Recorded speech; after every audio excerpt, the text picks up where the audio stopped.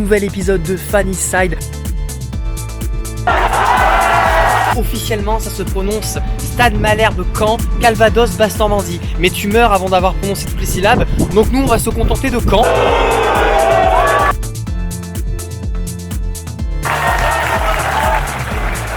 Juste avant de démarrer la vidéo, sachez que ce contenu est sponsorisé par OneFootball, application numéro 1 du foot sur Android et iOS. Suivez l'actualité de votre club, les matchs et les classements de tous les championnats du monde. Alors n'hésitez pas à la télécharger pour soutenir la chaîne en faisant une capture d'écran du QR code qui s'affiche si vous êtes sur mobile ou en cliquant sur le lien dans la description. Forza à tous, c'est Snake Hill et bienvenue dans ce nouvel épisode de Funny Side. Ce soir, je suis quasiment sur la pelouse du stade Michel Dornano pour vous faire vivre le match entre les Girondins de Bordeaux, 2e de Ligue 2, qui affrontent Caen. Dans la première partie de cette vidéo, vous pourrez visiter la ville de Caen et en deuxième partie, évidemment, la visite du stade, le match vécu en direct avec mes réactions et à la fin, comme d'habitude, un petit débrief histoire de parler de tout ce qui s'est passé. Avant de démarrer, tu mets un petit pouce bleu à la vidéo, tu t'abonnes à la chaîne et c'est parti. Un Bordelais en Normandie, c'est tout de suite et maintenant.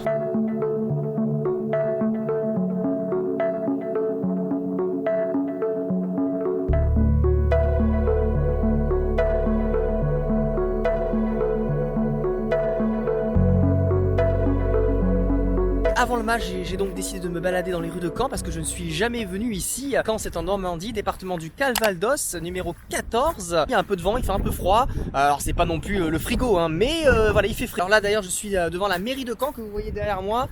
C'est magnifique, hein, c'est vraiment sublime. Des faussaires de la place de la Bourse à Bordeaux. Presque un mini Versailles en fait. Hein. Franchement, c'est une des plus belles mairies que j'ai vues. Il y a absolument personne, c'est extrêmement calme.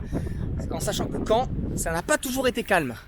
Après le célèbre débarquement du 6 juin 1944 sur les côtes normandes lors de la Seconde Guerre mondiale, Caen se retrouva en plein cœur de la bataille de Normandie et sera la victime de bombardements très violents des Alliés qui détruiront 30% de sa surface. La ville sera définitivement libérée de l'occupant allemand le 20 juillet 1944, mais les souvenirs de cette terrible époque nous rappellent ô combien la paix est précieuse et qu'il faut la préserver. C'est d'ailleurs pour ça qu'il y a beaucoup de mémorials et de musées à Caen et autour dans la région.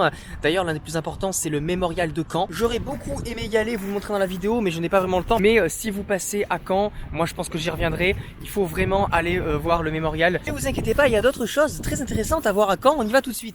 Il est situé juste devant moi, regardez. C'est le château que vous voyez là, qui porte le nom très original de château de Caen. Après le château d'Angers, le château de Caen, décidément, c'est pas l'imagination qui les étouffait à l'époque pour trouver le nom des châteaux. En tout cas, il est situé en plein cœur historique de Caen. Il est vraiment au beau milieu de la ville. Ce château a été bâti sur les ruines d'un ancien ensemble fortifié fondé en 1060 par Guillaume le Conquérant, le seul et l'unique. Ne venez surtout pas à Caen si vous ne savez pas qui est Guillaume le Conquérant. Sinon, il vous renvoie directement dans le train, direction Paris, fissa. C'est pas compliqué. Ici, il y a deux stars à connaître. C'est Guillaume le Conquérant et Orelsan. Bon, je vais essayer de monter tout là-haut, là. Si je trouve le chemin.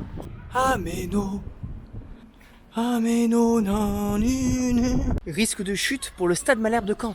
Fallait préciser que le château a été remanié au fil des siècles. Hein. Voilà, t'as des pierres un peu plus neuves ici. Et là, c'est magnifique. Je suis arrivé en haut. Regardez, toute la vue sur la ville de Caen.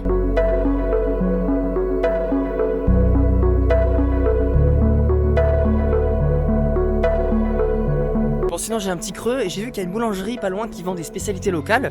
Donc on va aller voir ça.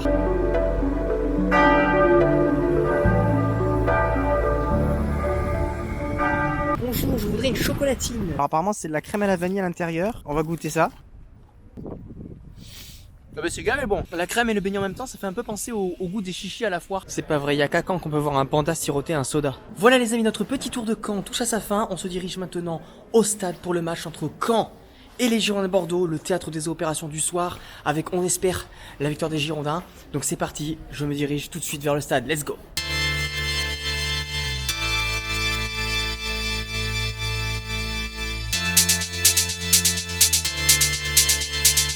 On y est les amis, le stade Michel Dornano, le lieu de pèlerinage pour tous supporters bordelais. Les chrétiens c'est le Vatican, les musulmans ils vont à la Mecque, et bien les bordelais ils vont au stade Michel Dornano. Pourquoi? Parce que c'est ici que les Girondins de Bordeaux ont été sacrés pour la dernière fois de leur histoire, champions de France de Ligue 1. C'était l'époque où on était encore un club de Ligue 1. C'est donc ici que joue le stade Malherbe, même si officiellement ça se prononce Stade Malherbe Caen, Calvados, Basse-Normandie. Mais tu meurs avant d'avoir prononcé toutes les syllabes, donc nous on va se contenter de Caen. Pour se rendre au stade Michel d'Ornano, c'est très simple, quand vous arrivez par la gare, il faut prendre le bus, parce que le tram n'amène pas au stade d'Ornano, mais le bus oui. Alors maintenant nous allons visiter le stade, c'est exceptionnel, je remercie par avance le stade Malherbe de Caen de m'ouvrir ses portes. Donc on va en profiter, on va faire une petite visite, mais juste avant je vais vous présenter brièvement le stade Malherbe, histoire de se mettre dans le bain. Fondé en 1913, le club a longtemps évolué dans le championnat de France amateur, puis entre la 2e et 3e division. Il faudra attendre 1988 pour voir Malherbe enfin promu en première division. Sauvé de justesse du dépôt de bilan en 92, le club connaît la même année son heure de gloire sous les ordres de son entraîneur mythique, Daniel Jean Dupeux. Caen termine alors 5e et se retrouve qualifié pour la Coupe de l'UEFA. Par la suite, le club fera malheureusement régulièrement l'ascenseur entre la Ligue 1 et la Ligue 2. Par ailleurs, Bordeaux a envoyé 2 fois Caen en Ligue 2. En 2009, lors du match qui les a sacrés champions de France, et en 2019 également. Désolé de remuer le couteau dans la plaie. Pour autant, entre 1995 et aujourd'hui, le club remporte 2 titres de champion de Ligue 2 et joua même une finale de Coupe de la Ligue au Stade de France en 2005 contre Strasbourg, malheureusement perdu 2-1. En proie aux difficultés financières, le club est vendu à un fonds d'investissement américain en 2020. Côté joueur, je ne sais pas si vous connaissez, mais un certain N'Golo Kanté, champion du monde, a joué à Caen. Et anecdote assez croustillante, Kylian Mbappé, oui, Kylian Mbappé, le meilleur joueur du monde, aurait dû jouer pour Caen. Son contrat d'aspirant était prêt, il était d'accord, la famille était d'accord, Caen était d'accord, sauf que voilà, la même année, Caen ne monte finalement pas en Ligue 1, et alors il décide du coup de ne pas donner suite à ce contrat. Et on connaît la suite. Quand je pense que nous à Bordeaux on est triste d'avoir raté Luc de Jong, faut quand même relativiser dans la vie.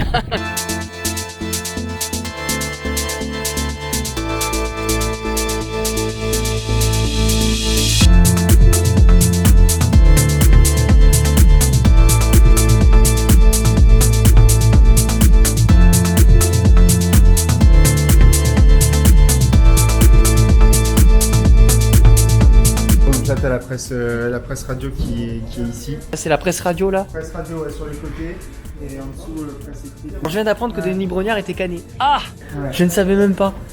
Il est normand, il est supporter de Stade Malherbe. C'est la seule prestation où on peut regarder le match et Ah en oui, même temps manger un menu. Donc n'importe qui peut gastro. payer la prestation. Oui, c'est pas donné, mais. Ouais, c'est pas donné, mais par exemple, moi si j'ai envie d'aller manger un jour, voilà, je viens. c'est ça. Ok. Alors les impressions du coup du stade Michel d'Ornano, eh ben très beau stade. Alors il y a des stades de 20 000 places qui paraissent petits, mais lui il paraît plutôt grand. Il fait 20 300 places. Mais ce qui est intéressant, c'est que ils ont des sièges qui sont rétractables. Voilà, c'est ce qu'avaient demandé les ultras notamment à Bordeaux. Que ça permet aux supporters des tribunes populaires de pouvoir s'exprimer et mettre en place le spectacle qu'ils veulent mettre en place sans contrainte. Et fait également très joli de ce stade, c'est qu'il est aux couleurs du club. Voilà, certains devraient s'en inspirer. Et la visite du stade s'est ponctuée par un petit passage à la boutique. Je remercie chaleureusement le Stade Malherbe de Caen pour m'avoir ouvert ses portes et également Antoine, responsable communication et référent supporter du Stade Malherbe, qui m'a fait une petite visite. Voilà, j'ai regagné ma place en tribune du coup. Alors vous inquiétez pas, j'ai une accréditation. Ça veut dire quoi? Ça veut dire que je vais pouvoir...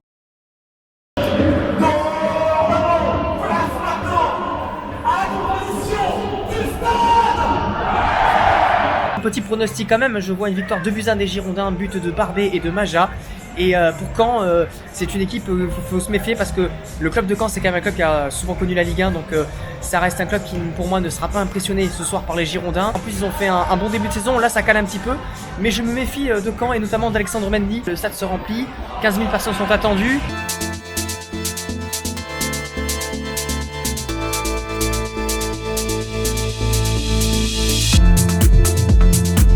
Très beau geste des Canets qui jettent des peluches pour les enfants, je crois, démunis.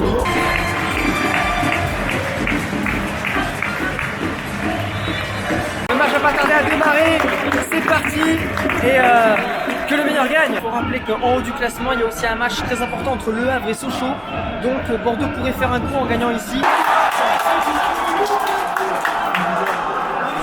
Ouverture du score bordelaise très rapidement, 4 minutes de jeu seulement. Georges Maja qui a ouvert le score, bien servi par Albert Ellis, belle action collective. Et Maja, le meilleur buteur de Ligue 2 du coup. Mwanga, il est énorme là. Là, il est énorme, il est partout. C'est une montagne. Oui, le retour de Gregersen. Et Gregersen impérial. Le but.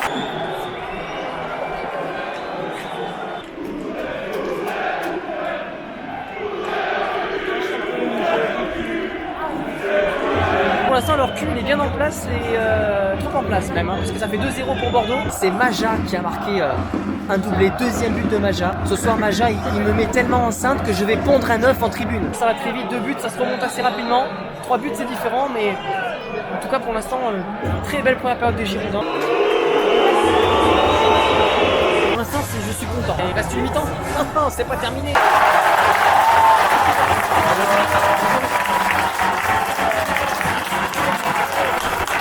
Mais je me méfie de Caen et notamment d'Alexandre Mendy. Voilà, j'avais dit que j'aimais un joueur. Je vous l'ai dit. Je vous l'ai dit.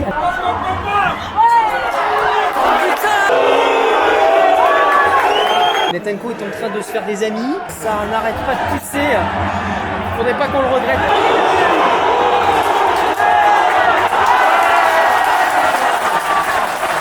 Carton rouge, Bordeaux, expulsion du coup de Michelin, je crois. On va finir à 10. On n'a pas mis ce troisième but et j'ai peur que ça nous coûte cher. Franchement là, le stress est total.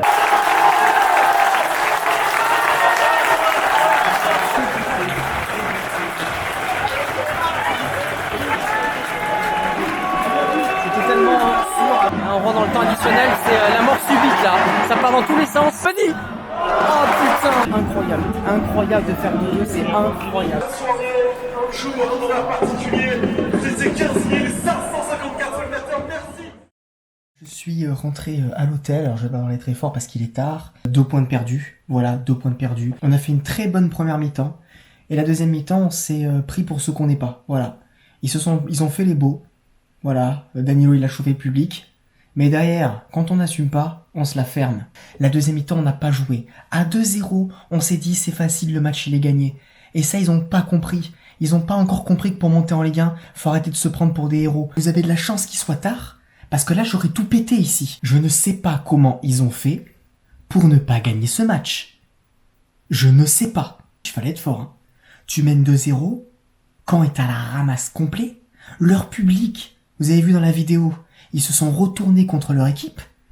Et on arrive à faire 2-2, bravo. Le Havre a gagné, Sochaux a perdu. On aurait pu prendre 4 points d'avance sur le troisième. Au final, on reste qu'à 2 points devant Sochaux. C'est peu. On ne creuse pas l'écart. J'ai l'impression que ce match, c'était un tournant. On le maîtrisait, il y avait de l'engagement, il y avait de l'envie. Franchement, sans être méchant et sans faire injure aux autres équipes, ce championnat de Ligue 2, il est faible. Hormis le Havre, c'est faible. On devrait être deuxième avec au moins 6-7 points d'avance. Voilà. Et le problème, c'est qu'à force de perdre des points, on va donner envie aux autres de nous rattraper. On va les maintenir en excitation. Il faut les anéantir. Il faut leur montrer que c'est terminé. L'arbitrage qui a été nul. Voilà. Premier but de Caen hors jeu. Il a donné beaucoup de cartons à juste titre aux Bordelais qui ont été parfois un peu trop virulents à l'image de Danilo Netanko qui était vraiment une hyène à l'état sauvage. Hein. Le mec, il a mangé 3 cuisses.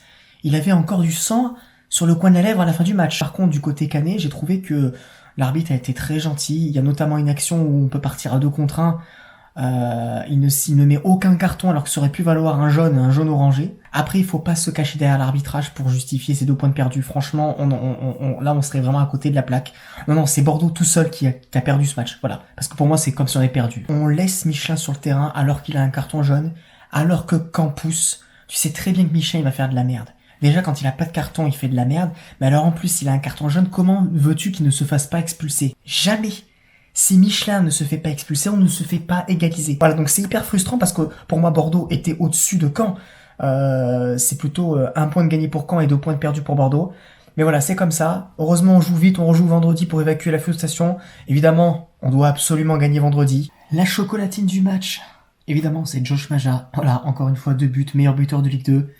C'est un renard des surfaces, voilà. C'était une limace des surfaces, et là, c'est un renard des surfaces. Juste un petit mot pour Mwanga, arrête de jouer comme ça. Calme-toi un petit peu.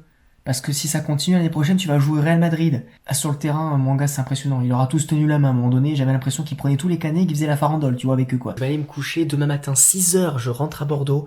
Là, il est déjà 12h30. Les nuits sont courtes, mais la passion est toujours là. C'est la seule chose que je vous demande, c'est le pouce bleu, le partage. Plus vous serez nombreux à la regarder, plus on portera haut les couleurs de la chocolatine. Merci d'avoir regardé cette vidéo. J'espère que ça vous a plu. On est où? On est là. Et à vendredi soir pour Bordeaux-Amiens. Et je vais me coucher. J'arrive même plus à parler.